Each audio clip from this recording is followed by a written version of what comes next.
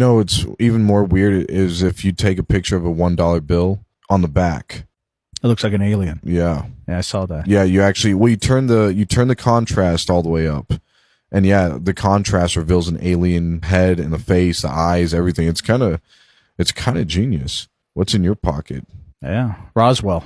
The conspiracy theory is that Avril Lavigne died or committed suicide sometime in 2003, right at the height of her popularity, because she couldn't deal with the fame, and also her grandpa had just passed away. Because she was so popular at that time, her record label apparently replaced her with a body double named Melissa Vandella.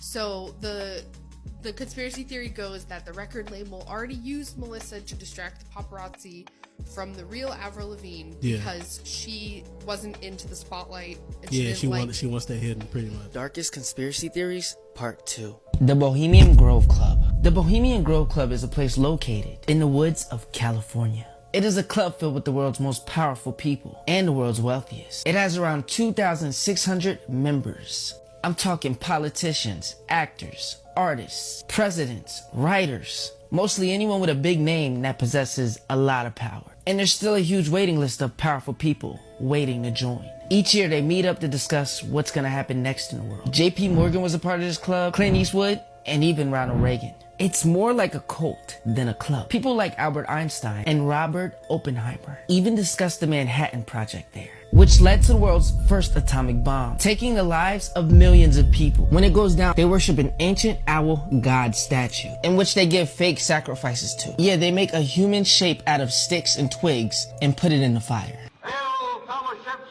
eternal flame! Once again, midsummer sets us free!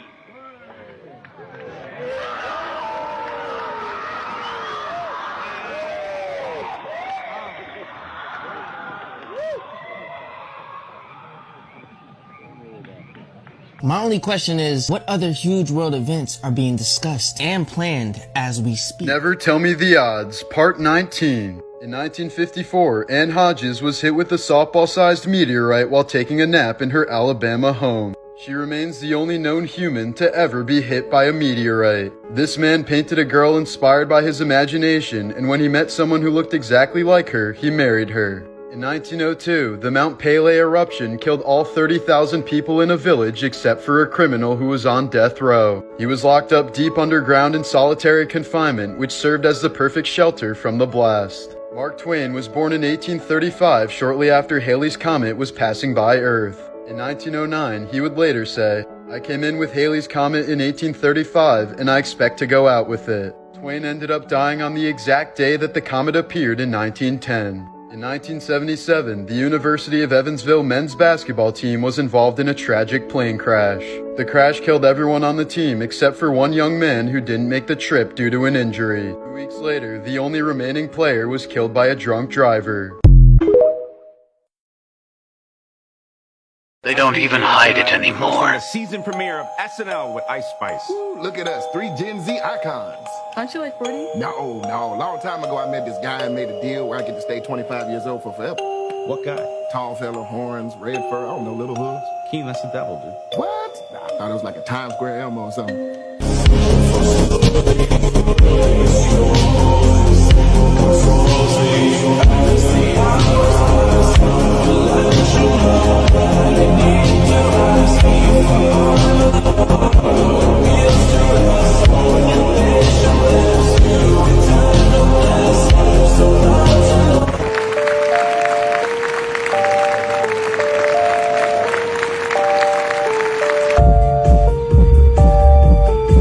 About Biden's chin is everywhere after an interview of him on Air Force One.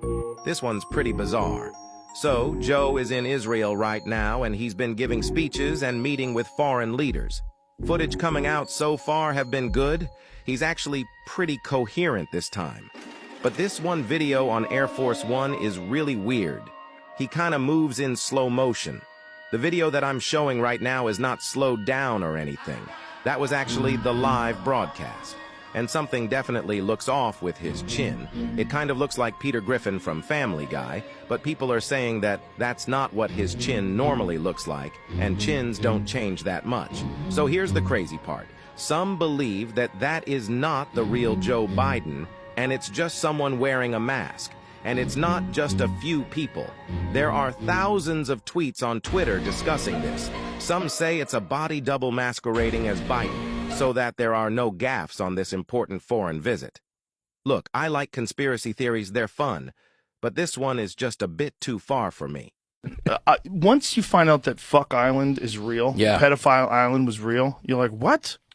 That was real? Yeah. And then the list never got published? What? Yeah. And that Epstein killed himself? Allegedly. Yeah. And the cameras didn't work. Yeah. What? And then Michael Baden, the autopsy doctor, does an examination of the corpse and says the neck is broken and which is consistent with being strangled to death, not with hanging, like the way it's broken. What? And then Ghislaine gets arrested and no fucking clients are named. No one, just, you sold pussy, you're fucking going to jail forever. Now go to yoga. Yeah. She's in a place with yoga classes. Yeah. Like this minimum security place. And they just keep her alive somehow or another. Yeah. Her dad fell off a boat.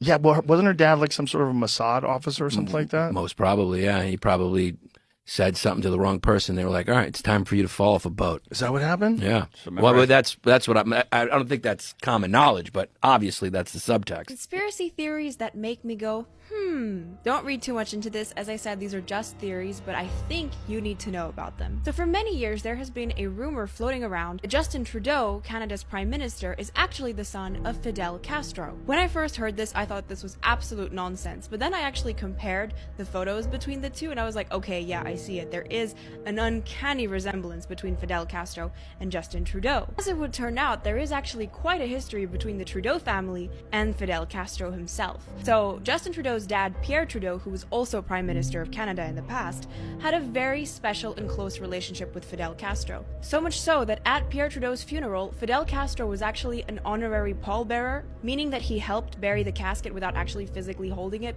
but he had a special place in the procession. Then it gets even weirder because there are photos of Margaret Trudeau, that's Justin Trudeau's mom, with Fidel Castro. I've also read reports, but I don't know how reliable they are, that Margaret Trudeau visited Castro 9 months before Justin was born. But the cherry on top came when Fidel Castro passed away, and Justin Trudeau decided to give a very sentimental eulogy. Now, of course, Fidel Castro is known as a ruthless dictator. He put many Cubans in concentration camps, so it was extremely controversial just how much praise Justin Trudeau was giving him.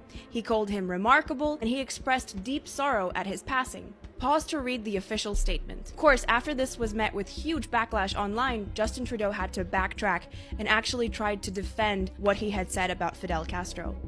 Do you think Fidel Castro was a dictator? Yes.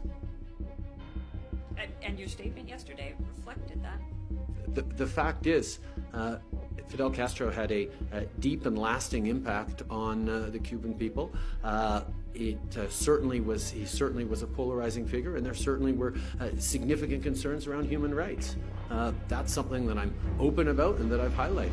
All of this is to say that there was definitely a connection between the Castro family and the Trudeau family, despite the fact that this has been quote-unquote debunked over and over again. You need to hear this crazy conspiracy about iPhones. Have you ever thought about why an iPhone has its name? Some people think when Apple says I, it literally means I. iPhones are watching us, listening to us, and seeing everything we're doing. And some people have this link to the Illuminati. Don't believe me? What's Siri spelled backwards? The darkest conspiracy theories. The advanced ancient civilization. This theory says that at the time of the Egyptians, the civilization was far more advanced than it is now. And this is also how the pyramids could be explained. Because why are the pyramids in the exact same order as the stars in the Orion's belt? And what is more interesting, why is the speed of light and the altitude of the pyramids the exact same number? So many apparent coincidences, and they don't stop there. Because look at the motherboard of a modern computer and compare this to the lineup of the pyramids. Do you see a certain pattern here?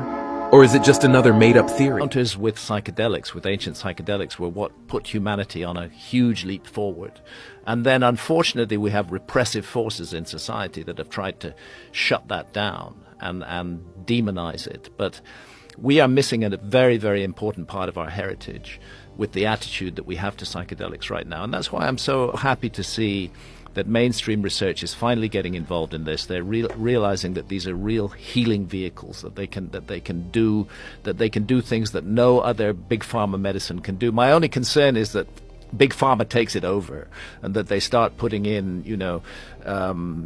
synthetic psilocybin and patenting it in various ways. This again, it's like our past. This is a birthright of all humanity, which we should have a right to. Governments should not have a right to tell adults what they may or may not put in their bodies. Governments should not have that right to hold the keys to our consciousness. These should be matters of personal decision. Lizard people are indeed real and control everything. It is said that shape-shifting lizard people have been on Earth since ancient times, originating from the Alpha Draconis star system. They have worked behind the scenes and in the shadows, slowly climbing to the top with one goal: total global domination. Conspiracy theorists claim that they have successfully achieved this by infiltrating world governments, controlling everything from media to finances. Many pieces of evidence have been put forward, showing these lizard people disguised as celebrities or country leaders, revealing strange eye movements and unexplained behaviors. The most frightening part is that we can't distinguish truth from fiction. And if the most influential personalities in the world are not who they claim to be, who knows what they can actually do and why they do it? Some conspiracy theorists claim that Elon Musk is actually a lizard person, and why is he obsessed with going to Mars? Because going to Mars would actually be a way for him to join his own kind on another planet. Simpsons' predictions for 2024 are truly chilling. In an episode dating back to 1998, the show hinted at an economic crisis, a nuclear war, and the death of the leader of the United States, all happening in the same year. The episode in question, titled Bart to the Future, provides a glimpse into the future where Lisa Simpson has become the President of the United States. In a conversation with her team, Lisa mentions that the previous administration led by President Biden left behind budget problems and quite a mess.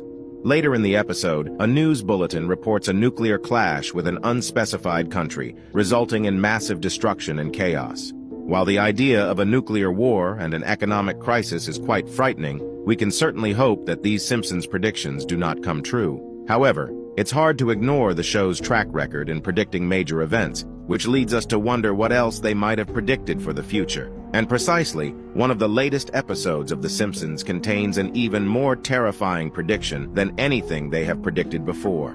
Do you want a part 2 to find out about it? Who else finds it just a tad bit strange that the only group of people not dying suddenly and unexpectedly are conspiracy theorists?